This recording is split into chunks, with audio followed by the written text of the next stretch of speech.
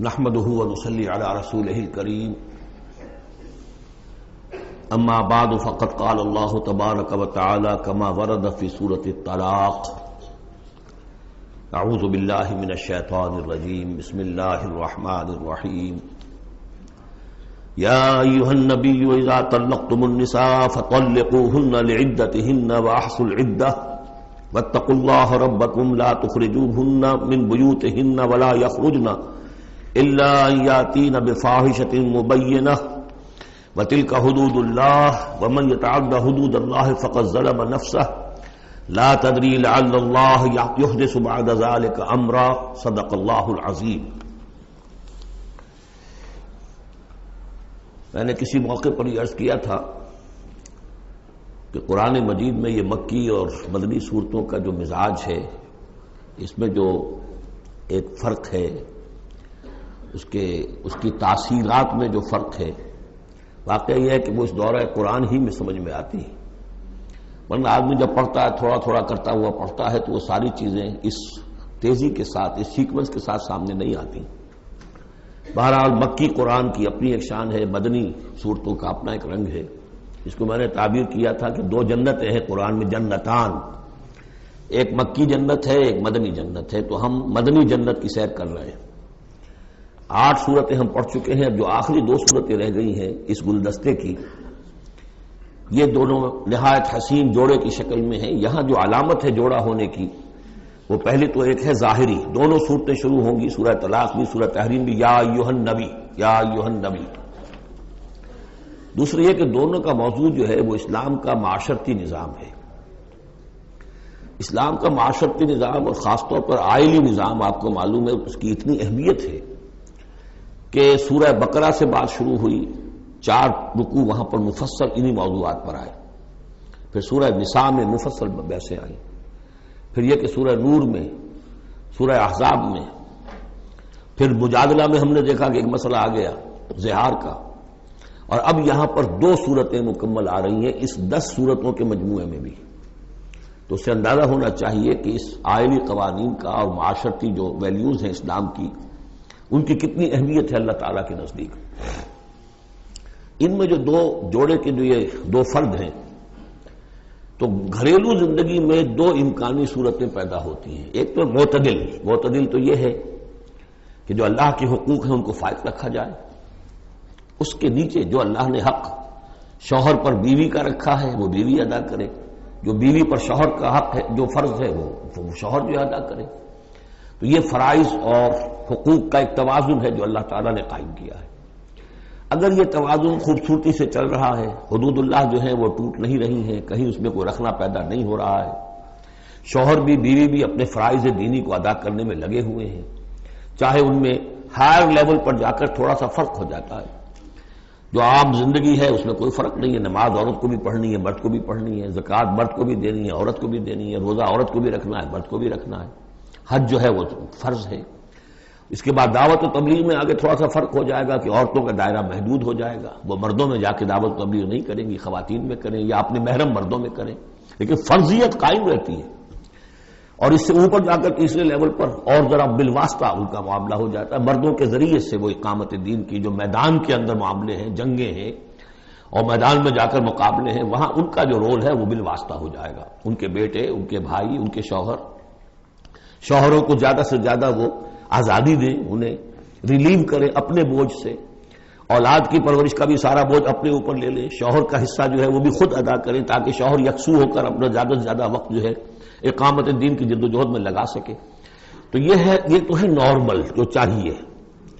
اب اب نارملٹی یا ادھر ہوگی یا ادھر ہوگی، ایک طرف کو ہوئی، فرض کیجئے لیفٹ کی طرف ہو گئی، اس کی معنی کیا ہے کہ مزاج نہیں مل رہا، ہر وقت کی چک چک ہے، خامخواہ جو ہے گھر جو ہے اس کے اندر اختلاف ہی اختلاف ہے، ہر وقت کی لڑائی چل رہی ہے، تو اس میں اس سے بہتر ہے طلاق ہو جائے۔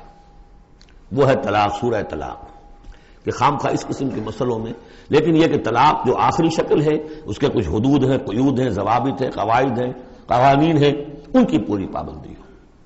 جیسا کہ سورہ نساء میں ہم دیکھ چکے ہیں کہ اگر وہ علیحدہ ہو جائیں تو اللہ دونوں کو غنی کر دے گا، اس کو بھی اور اس کو بھی، اس کے لیے بھی کوئی بہتر شوہر کے لیے بہتر کوئی بیوی عطا کر دے گا اور اس بیوی کو کوئی شوہر بہتر عطا کر دے گا۔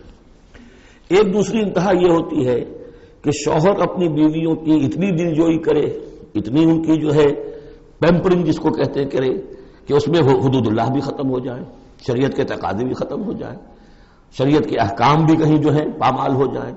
سب سے بڑھ کر یہ کہ جو اپنے فرائض ہیں دعوت و اقامت دین کی جدوجہد کو ان کو وہ ادا نہ کر سکے، تو اہل و عیال کا اتنا لحاظ، یہ غلط ہے۔ تو دو انتہاؤں کو یہاں پر لیا گیا ہے۔ پہلی انتہا میں بھی بات کی گئی حضور سے، دوسری میں بھی، اگرچہ پہلے کا سوال حضور کے لیے ہے ہی نہیں، حضور نے نہ کوئی طلاق دی نہ آپ کو طلاق دینے کی اجازت تھی، اس لیے کہ آپ کی ازواج مطہرات جو ہیں وہ تو امت کے لیے ماؤں کی حیثیت سے ہیں، اور سورہ احزاب میں ہم پڑھ چکے ہیں کہ وہ کسی اور سے بعد میں نکاح نہیں کر سکتی تھی، تو طلاق دینے کا سوال نہیں، اسی لیے آپ کو 4 کی جو وہ حد ہے، لمٹ ہے، اس سے بھی آگے بڑھ کر مزید نکاح کرنے کی اجازت دی گئی تھی۔ بات یہ رب دیکھ لیجئے گا۔ اب آ کے ہم چلتے ہیں، وقت کی کمی کے پیش نظر تمہید میں وقت نہیں لینا چاہتا۔ ان صورتوں پر بڑے مفصل دروس موجود ہیں، وہ آپ دیکھ سکتے ہیں ان کو۔ یا ایھا النبی طلقتم النساء فطلقوهن لعدتهن، اے نبی جب آپ لوگ نکاح اور اپنی عورتوں کو طلاق دیں، اب دیکھیے یا نبی واحد، طلقتم النساء فوراً جمع کا صیغہ، اس لیے کہ حضور سے بھی متعلق ہی نہیں ہے۔ حضور تو مسلمانوں کے نمائندے کی حیثیت سے اور معلم کی حیثیت سے اور ہادی کی حیثیت سے خطاب کیا گیا، اصل میں مجھے کہ جب تم طلاق دو اپنی بیویوں کو فطلقوهن لعدتهن، تو ان کی عدت کے حساب سے طلاق دو۔ عدت جو ہے وہ ایک تو یہ کہ توڑ میں طلاق دی جائے، حیض کی حالت میں نہ ہو، اور پھر یہ ہے کہ اگر دینی ہی ہے تو پھر اس کے بعد بھی جو طلاق دی جائے وہ بھی پھر طہر کی حالت میں دی جائے۔ اس طریقے سے جو بھی قوانین ہیں، وہ احصل العدہ، عدت کا پورا لحاظ رکھو۔ وہ عدت اس طریقے سے بھی ہے کہ مطلقہ جو ہے جو عدت اس کی ہوگی اس کے اندر وہ کوئی اور شادی نہیں کر سکتی، البتہ عدت پوری کرنے کے بعد وہ آزاد ہوگی۔ عدت اس اعتبار سے بھی ہے کہ اگر طلاق رجعی ہے تو وہ اسی عدت کے اندر شوہر واپس واپس اپنی بیوی کو لوٹا سکتا ہے، اور اگر وہ 1 یا 2 طلاقیں تھی، طلاق بائن ہو گئی ہے، ان کے درمیان سیپریشن ہو چکی ہے، تب بھی وہ بغیر کسی اور حلالے وغیرہ جس کو ہمارے ہاں کہتے ہیں کہ عورت کے لیے ضروری نہیں ہے کہ وہ کسی اور سے نکاح کرے پھر وہ طلاق دے تو سابق شوہر سے اس کا نکاح ہو، بلکہ یہ کہ وہ دوبارہ نکاح کر سکتے ہیں اگر صرف 2 طلاقوں کے بعد عدت ختم ہوئی تھی۔ تو یہ تمام قواعد و ضوابط ہیں۔ واتقوا اللہ ربکم، اور اللہ کا تقوی اختیار کرو جو تمہارا رب ہے۔ لا تخرجوہن من بیوتہن، انہیں مت نکال باہر کرو ان کے گھروں سے کہ بس غصے میں آئے ہوئے ابھی طلاق بھی نکل جاؤ میرے گھر سے، یہ نہیں، یہ قطعاً غلط بات ہے۔ اس کی عدت ہے اور اس عدت کے اندر وہ تمہارے ہاں رہ سکتی ہے، تمہیں رکھنا ہے اسے اپنے ہاں۔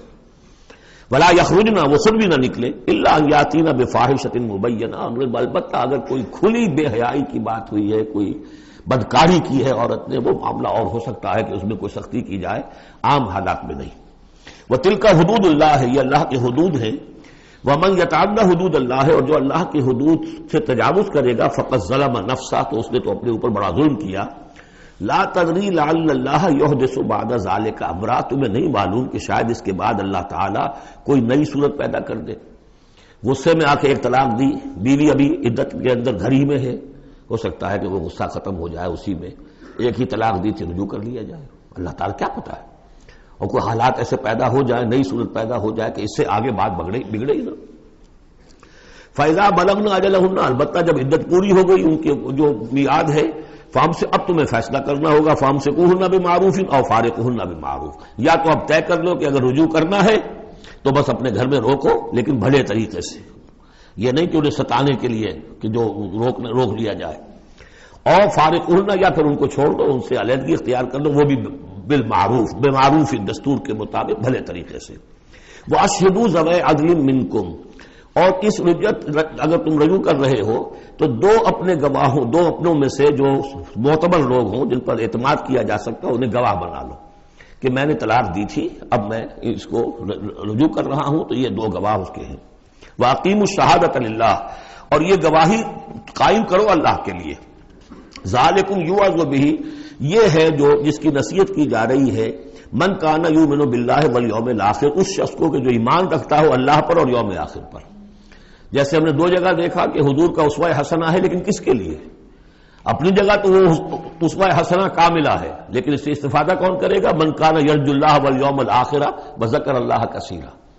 حضرت ابراہیم اور ان کے ساتھیوں کی زندگی میں بھی اسوہ ہے، کس کے لیے؟ من کان یرجو اللہ والیوم الآخر۔ اسی طرح یہاں فرمایا ذالک یوعظ بہ، یہ وعظ اور نصیحت تو کی جا رہی ہے، لیکن کس کے لیے؟ من کان یؤمن باللہ والیوم الآخر، جو ایمان رکھتا ہو اللہ پر اور یوم آخر پر۔ اب اس کے بعد اس سورہ مبارکہ میں یہ بڑا عجیب مقام ہے اس اعتبار سے قرآن کا۔ عجیب کے معنی کیا ہے؟ دل لبھانے والا، حسین۔ یہاں اللہ کے تقوی کا جو مقام اور مرتبہ واضح کیا جا رہا ہے اللہ کی نگاہ میں، اگر واقعتاً حقیقی تقوی ہے، صحیح تقوی ہے، قلب کا تقوی ہے، جیسے کہ حضور فرماتے تھے اپنے دست مبارک سے 3 مرتبہ آپ نے اشارہ کیا اپنے سیرہ مبارک کی طرف، التقوی ہا ہونا، التقوی ہا ہونا، التقوی ہا، تقوی یہاں ہوتا ہے۔ دل میں تقوی ہے تو تقوی ہے، باقی لباس اور وضاقت یہ ساری متقیوں کسی بنا لی اور اندر کا معاملہ نہیں ہے تو یہ بہروپ ہے، یہ تقوی نہیں ہے۔ لیکن حقیقی تقوی ہو تو پھر اس کا کیا مقام ہے؟ اب دیکھیے پہلی بات آ رہی ہے، وَمَن يَتَّقِ اللَّهَ يَجْعَل لَّهُ مَخْرَجًا، جو شخص اللہ کا تقوی اختیار کرے گا اللہ اس کے لیے راستہ پیدا کر دے گا، جہاں بالکل نظر نہیں آئے گا کہ کوئی راستہ، اللہ راستہ پیدا کر دے گا۔ بالکل نظر نہیں آ رہا تھا موسیٰ کے ساتھیوں کو کہ اب کیسے بچیں گے، پیچھے لشکر آگے، آگے سمندر ہے، اللہ نے راستہ پیدا کیا۔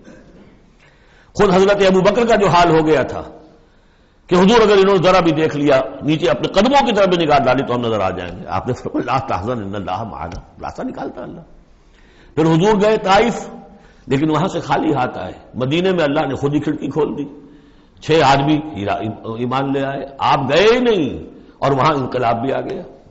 عظیم، اس اعتبار سے اللہ مخرج پیدا کرتا ہے، تم صحیح طریقے پر چلتے رہو، تقوی اختیار کرو، صحیح راستے پر جد و جہد کرو، یہ کام اللہ پر چھوڑو، کب اسے منظور ہے اس کا کامیاب ہونا؟ جب ہوگا وہ راستہ ایسا کھول دے گا کہ تمہیں گمان بھی نہیں ہوگا، وَيَرْزُقْهُ مِنْ حَيْثُ لَا يَحْتَسِبُ، اور اسے رزق دے گا وہاں سے جہاں سے اسے گمان بھی نہیں ہوگا۔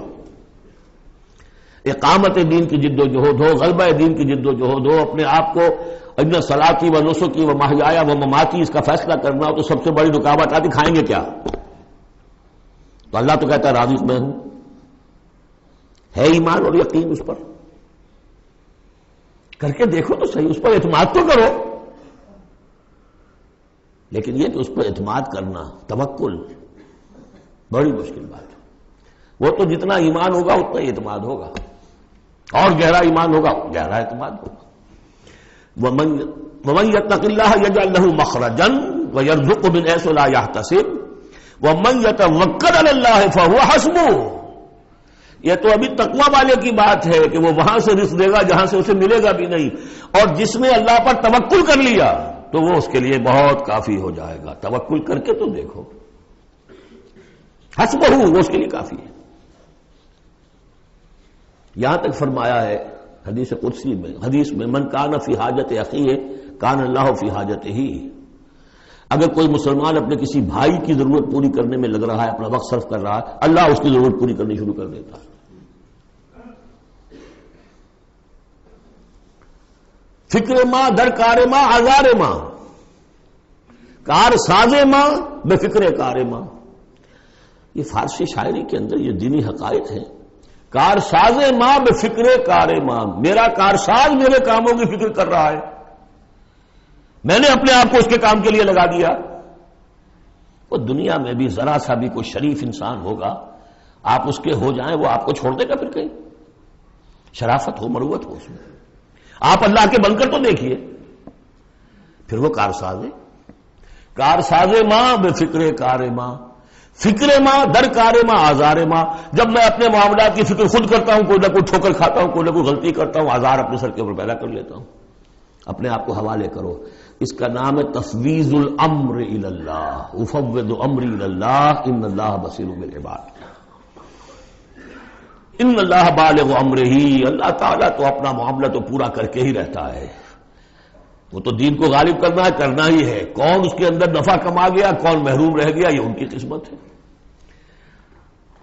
ابو بکر اور عمر اور عثمان اور علی اور عبد الرحمن ابن عوف یہ اپنی بازی جیت گئے، ابو جہل ابو لہب محروم رہ گئے، یہ تو اب ان کا معاملہ ہے، اللہ تو اپنی بات پوری کرا دے گا۔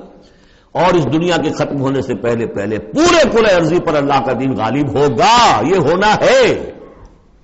دیکھنا یہ ہے کہ تم اس بہتی گنگا میں کو ہاتھ دھونے کو تیار ہو یا نہیں، یا تم محرومین کی فہرست میں اپنے آپ کو لانا چاہتے ہو. بس اپنا تن من دھن لگا دو اس کے اندر. تمہاری ہڈیوں کا چورا ہو کر بھی اس نئی تعمیر کی بنیادوں میں اگر لگ جائے تو بہت بڑی کامیابی ہے. قد جعل اللہ لکل شیء قدرا، بہت عمدہ مقام ہے. اللہ نے ہر چیز کے لیے ایک اندازہ مقرر کیا ہوا ہے. کب اللہ کی مدد آئے گی یہ بھی اس نے طے کیا ہوتا ہے. You have to qualify. Prequalification conditions ہیں تب مدد آئے گی. یوں نہیں آتی مدد. اپنا سب کچھ لگا دو پھر کہو کہ اللہ میری 15 برس کی کمائی کل میدان میں نے وجود ڈالی ہوئی ہے. 15 برس کی کمائی، دن کی اور رات کی کوششیں ہیں میری، صبح اور شام کی کوششیں ہیں میری. 15 برس وہ میدان میں نے لا کے ڈال دی. تب پکارو اللہ کو. اپنا مال بچا کے رکھنا ہے، اپنی مستقبل کو بھی بچانا ہے، اپنی اولاد کو بھی بچانا ہے، اور اللہ کا دین غالب ہو جائے. کہیں نام لکھا کے کسی جماعت میں شامل ہو کر بڑا تیر مار دیا، گویا کہ اللہ تعالیٰ تو جانتا ہی نہیں. کتنی کنٹریبیوشن ہے، کتنا اثار ہے، کتنی قربانی ہے، کتنا وقت ہے، کتنی محنت ہے، اللہ جانتا ہے. باقی اس نے ہر چیز کا ایک اندازہ مقرر کیا ہوا ہے.